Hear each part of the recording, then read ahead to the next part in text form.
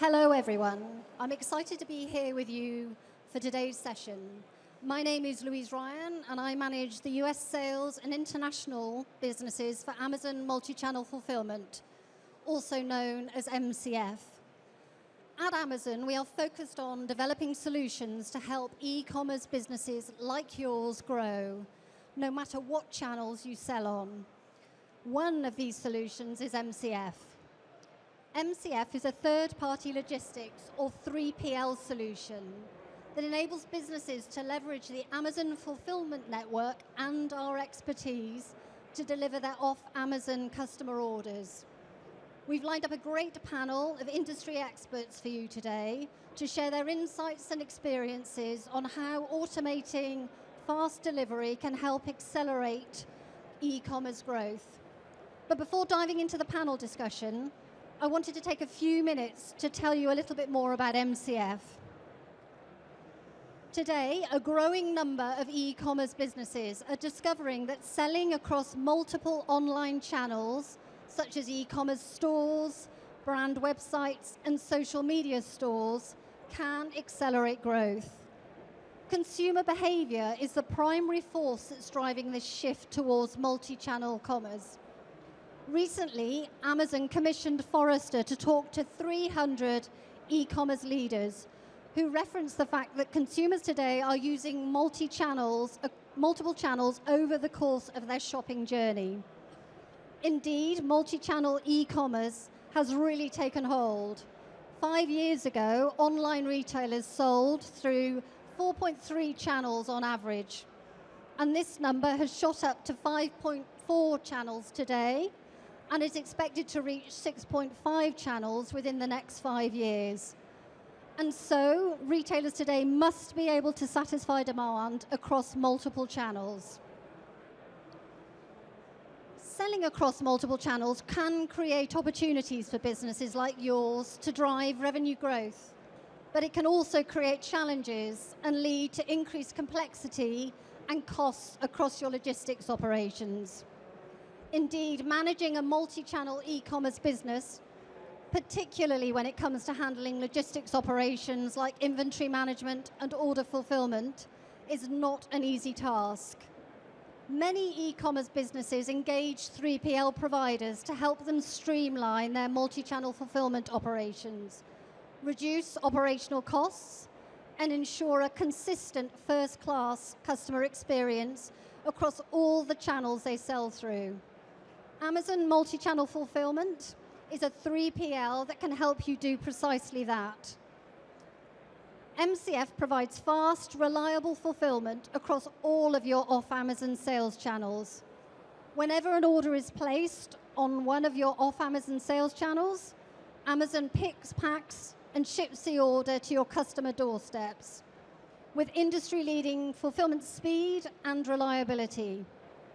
Simply put, MCF gives your customers the Amazon fulfillment experience that they know and love for all of their orders from off-Amazon sales channels.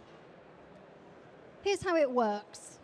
You send your inventory to Amazon, or you leverage existing inventory you have in the Amazon fulfillment centers, and we distribute and store your products in our network of fulfillment centers. Customers place an order through any off-Amazon sales channel, including your brand website, built on e-commerce software like Shopify, WooCommerce, or Adobe Commerce, an e-commerce marketplace like eBay or Etsy, or a social media store. Your order is routed automatically to MCF via an integration, such as a pre-built application, or custom API, or manually via Amazon Seller Central. We pick and pack your products and ship them to your customers. We deliver your orders to customers, offering 2 click-to-deliver speeds, expedited within 2 business days, and standard within 4 business days. With MCF, you can truly streamline and optimize your fulfillment operations and improve delivery performance and customer satisfaction across all your channels. Since MCF was launched in 2007, 450,000 e-commerce businesses across 10 countries have used MCF to handle their multi-channel order fulfillment. Let's just take a few minutes to explore why all these e-commerce businesses have entrusted MCF to handle their order fulfillment. There are 4 main reasons. The first reason is our network and expertise. By using MCF, you gain access to Amazon's best-in-class fulfillment network. Amazon has spent more than 2 decades building a connected global network of over 2,000 facilities, which includes 200 fulfillment centers, 120,000 trucks, vans, and planes, and over 1.2 million associates and partners. MCF puts the power of this fulfillment network at your fingertips, enabling you to use all of our resources to deliver for your customers around the world across all of your sales channels. The second reason why businesses choose MCF is our delivery speed. Over the years, we've invested in our delivery network to bring us closer to customers so that we can get them their orders faster. Studies conducted by Nielsen IQ in 2022 and reported by eMarketer revealed that in the US, Amazon has an average click-to-door speed of 1.9 days, over 50% faster than any other retailer. With MCF, you leverage Amazon's fulfillment network, which means you offer your customers a first-class delivery experience with click-to-deliver speeds as fast as 2 business days for their off-Amazon orders. The third reason why so many merchants use MCF is our reliability. With MCF, you can delight your customers with a superior 7 days a week delivery performance. And the fourth reason why e-commerce businesses like yours use MCF is because of our operational excellence. Simply put, with MCF, you can optimize your order fulfillment processes from online checkout to delivery at your customer's doorstep. We offer an array of integrations through pre-built applications and also custom APIs. These integrations enable you to seamlessly connect MCF to your back-end systems and automate and simplify your inventory management and order fulfillment operations. So that concludes my overview of MCF. I'd actually now like to introduce you to our panel of industry experts. Please welcome Colin Heaps, Managing Director of Genelite, Georgia Laybourne, Chief Marketing Officer at Linworks, and Andrew Banks, CEO at Venture Forge. Connor, could we start with you just giving a bit of an intro to yourself for the audience here? Sure, no problem. Connor Heaps, Managing Director of Genelite UK Limited. We are predominantly an e-commerce brand nowadays and have grown significantly through multi-channel fulfillment over the last 7 years. We're mainly in the paints, DIY, automotive and rust treatment sector and operate across the UK, Europe and currently the US. Thank you. Andrew? Hi, good morning.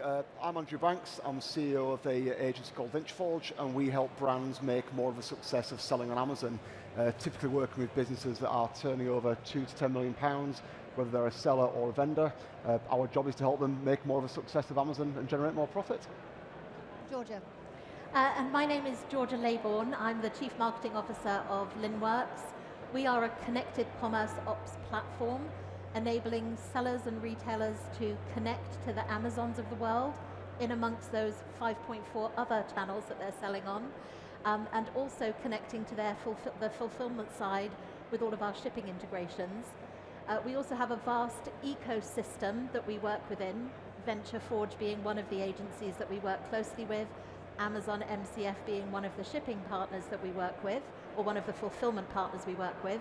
And I'm very delighted that Genelite's here because they're actually one of our customers. So between us, we're hoping to paint a nice picture for you. Great, thank you all. I've got a few questions that I'm going to ask the panel. So my first question is, what do you think is the biggest pressure that shoppers are putting on e-commerce retailers today? And Connor, can I point that one at you initially to give your kind of thoughts on that? Sure. Yeah, no problem. I think ultimately a lot of the modern day e-commerce fulfillment has been driven by Amazon particularly, and Amazon Prime, and that pressure of now having to deliver majority of products next day, otherwise customers simply aren't interested, has really put a strain on e-commerce businesses to keep up. In that delivery speed really is the main key, I would say, and also quality of delivery, I think, is something that is becoming more and more prominent as e-commerce continues to grow. There's more and more strain on the fulfillment networks, and I think that people want to know that their deliveries are going to get there exactly when they say they are, and I think that's an added strain really at the minute. Thank you. And Andrew? I think I'd add to that. I think for me it's the speed and convenience. You know, I'm 43, dad of 2 children, spend 6 nights a week around a football pitch. If I'm not around the football pitch, I'm at dancing or gymnastics. I expect to be able to buy something online and have it turn up tomorrow, and I don't expect to be paying £6, £7, £8 for that privilege. So I think that speed, convenience, and at a value price point is just now baked into e-commerce and won't go anywhere, so brands have to be hitting on that level and the consumer's demanding it. And Georgia, have you? So, in my opinion, speed is a very personal thing. Some people want it right now, they want it, immediately, and I think that's particularly relevant in your industry. Automotive parts, probably something's broken, they need it straight away. But for me, the pressure that I think consumers are really putting on retail is the need for reliability. They don't want nasty surprises. And in the surveys that we've done as a business, consumers are okay if something goes wrong, but they want to know about it before it happens, and they want to know what you're going to do about it. So that connected element of the fulfillment experience, for me, that's a huge opportunity for retailers to improve that frictionless customer journey and really tick the box for the consumer. Thank you. Good intel, and I appreciate that. Can I ask you another question? What are the key challenges of fulfillment services today, in your opinion? Andrew, should I start with you on this one? Yeah, why not? I used to work in-house in a brand. I think at the time we were shipping 40,000 units per week. We had a 1 million square foot warehouse that we owned, and the biggest challenge we had was burstability and capacity. Carriers through a standard part of the season, we could swallow up volume all day long. But when you got to events like Black Friday, and Black Friday in itself is a challenge, but you have to scale up that resource. That often means temporary labour, it often means working with your carriers in a different way to get the volume in reliably. And then you hit that kind of lull before the next peak of Christmas kicks in. And we found as a business, yeah, we could ramp up okay, but then if we let those staff go before we then got to the next peak, we almost had to onboard them as soon as we'd let them go to retrain them back up and ready for peak.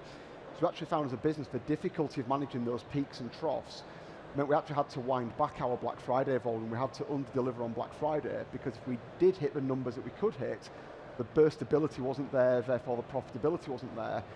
And I found the biggest challenge was that agility, being able to respond to the demands of the consumer and react to those peaks in trading. It was inherently difficult to do. Yeah, and I think you feel that very personally as a consumer when we hit peak, certainly in the UK, and I've seen it living in the US now, I see it in the US, where your promise times get really sort of like pushed out.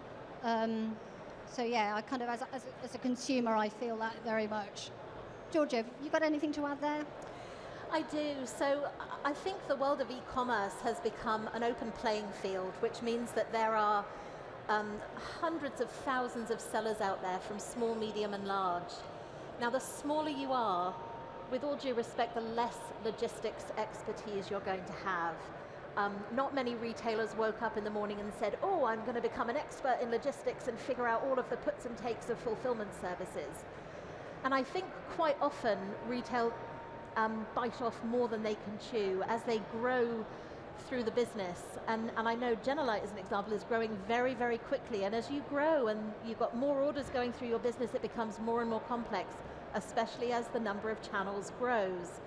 And that, for me, is where that golden question, do I insource this and hire the logistics manager, open the warehouse, manage all of this myself, or do I partner with the creme de la creme Amazon MCF and get them to help me become this proficient fulfillment provider. So it's a huge conundrum, and I think retailers have to go through that. But fulfillment services is going to make or break customer loyalty, because if you deliver on time, without damage, as they wanted, they will come back for more. If you screw it up, you might lose that customer. Yeah. And Connor, have you got some sort of comments from your perspective as a brand owner? I think really leading on from what Georgia is saying, in that for me it's the reliability, and the larger businesses grow, the more strain there is on their sort of customer services, and really it's, if that parcel is going to get delivered on time, intact, then there doesn't need to be much communication. But if there is going to be an issue, or there is an issue, and it doesn't get resolved quickly, or even if a parcel doesn't turn up, it looks bad on the brand as such. And I think consumers actually will sooner blame the brand and think, well, I'm not buying them again, despite fulfillment potentially not being through themselves. I mean, we're not a courier network, but equally I think any mismanaged delivery reflects badly on a brand, and it means that customers might not come back potentially. Yeah. So taking that point a little bit further, could you share with the audience some of the customer impacts you've seen since moving your fulfillment to MCF? Yeah, I mean, the thing with MCF for us was it wasn't really an option. It was a necessity, to be honest. As going on from what Georgia said, do you want to employ a logistics manager? Do you want to employ 10 people in pick and pack? I mean, even that probably wouldn't suffice for the multi-channel business that we currently have. And for myself, really, a necessity was partnering, using MCF to be able to enable us to continue our growth on those other platforms. Great, thanks. Andrew, have you got experience of that with any of your partners as well, kind of using MCF and the value that it's driven? The value for me of something like MCF, and it's the point that George made, it's about knowing what you're good at as a business and where you compete and what you don't need to be good at. So I'll draw a parallel to my business. We're an agency. I don't need to be a finance expert, so I outsource my finance. Most of our clients are brands. They create the product, they sell the product, but they don't need to be experts at the actual fulfillment side of things.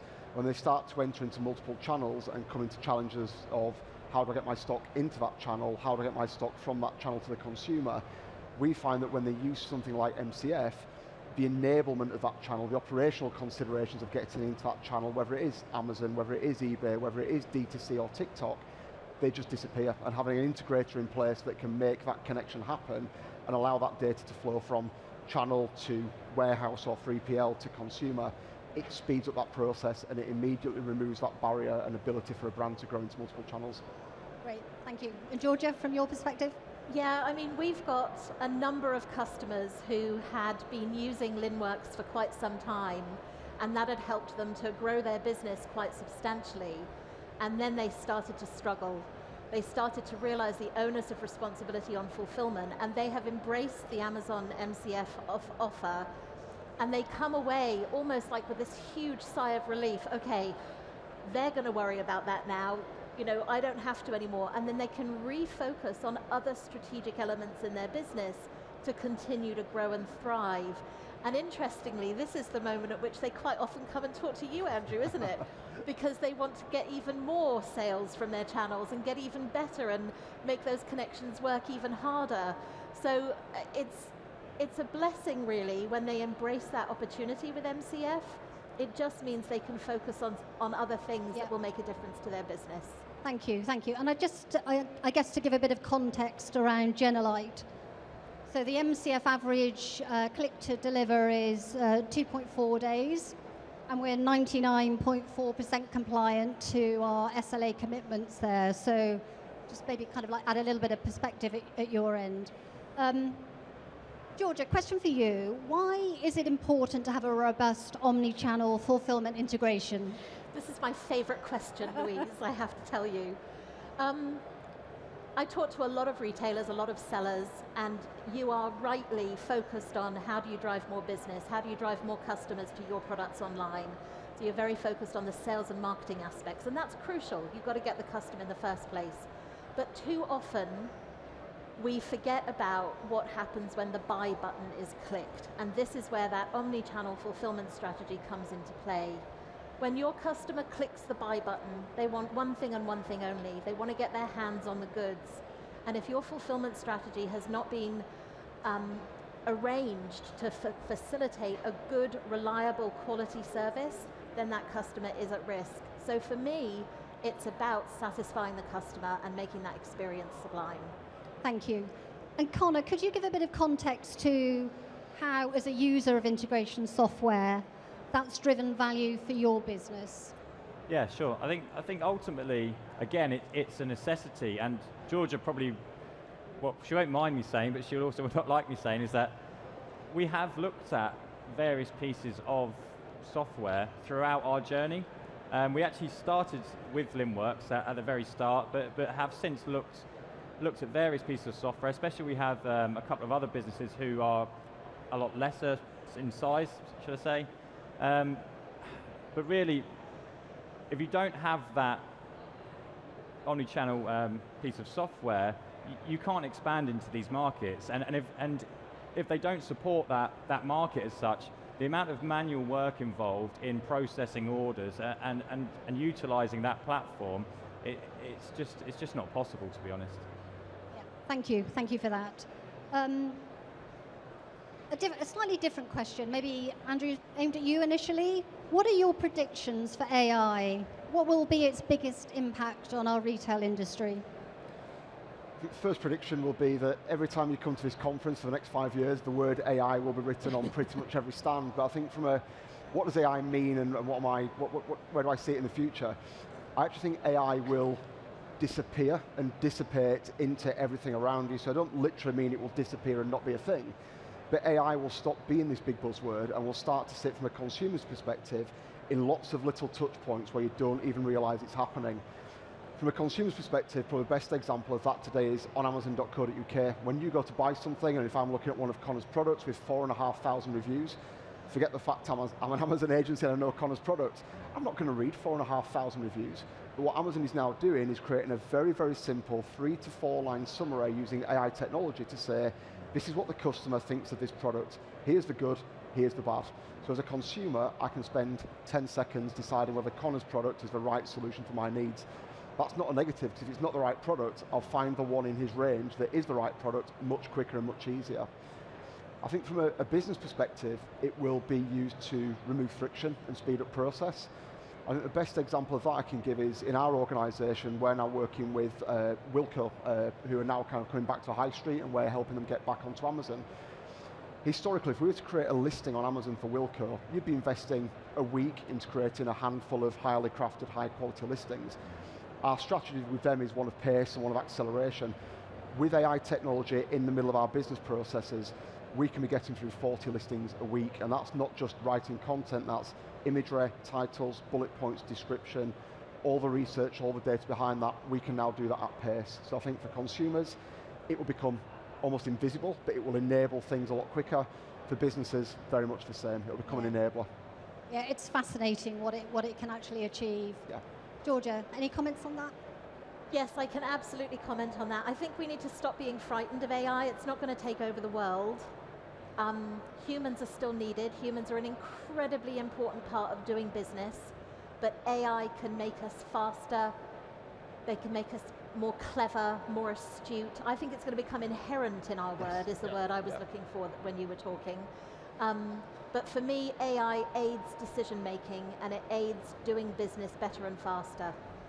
Thank you. Connor, from your perspective? Yeah, from my perspective, if I was talking specifically about, say our products or the way we sell, I think it's going to be a problem-solving tool for people, in that whether it's a search through a search engine or directly on Amazon or a marketplace, if they're able to ask a question, what is the best product for this job? AI will be able to, eventually will be able to say, actually, based on previous experience, this is the product you need, and it will almost come up with product suggestions and solve problems for consumers, which is quite exciting in itself, really. Being someone who sells products for end users to solve problems, so hopefully that is something that happens. Yeah, I personally think it's a very, very exciting space. Looking forward, what are the next big trends in e-commerce in 2025 and beyond? I'm going to point that one at you, Georgia, to begin with. There are so many trends, but something that's really important for me is partnering and collaboration. And I have a belief that we can't do everything ourselves, and that it's the network that we surround ourselves with that will help retailers and sellers get to the next level. It's embracing the opportunity for collaborative partnering. Great. Andrew?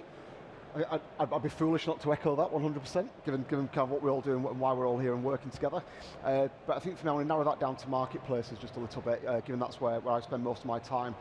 I think what we're about to see in marketplaces is a period of consolidation stroke commercialization, where post-COVID, I saw brands want to get onto every marketplace, and I saw almost every retailer want to become a marketplace, and you saw a move to almost sell everything everywhere and drive top line growth. What we've seen in the years post-COVID is a real focus on commerciality. Where do I need to be to win? Where can I drive proper commercial success, profit, not just turnover? So the big trend we're seeing at the moment is brands being really careful, and maybe careful is the wrong word, but very, very considered about where they operate, where they can win, how they can win, and building their channel strategy on that basis. Good advice. Thank you. Connor?